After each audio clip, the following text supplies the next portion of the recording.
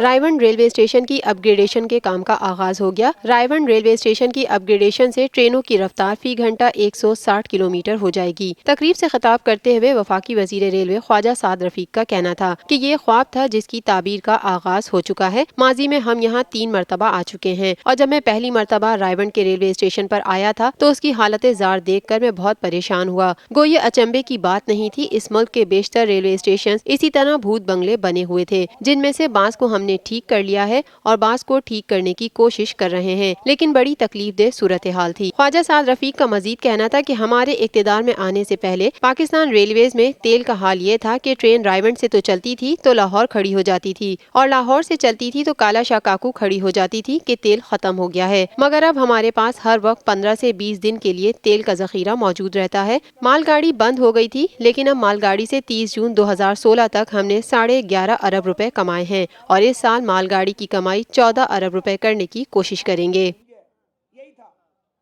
اب ہمارے پاس 15 سے 20 دن کا سٹاک موجود رہتا ہے، ہر وقت ریلوے کے پاس موجود رہتا ہے۔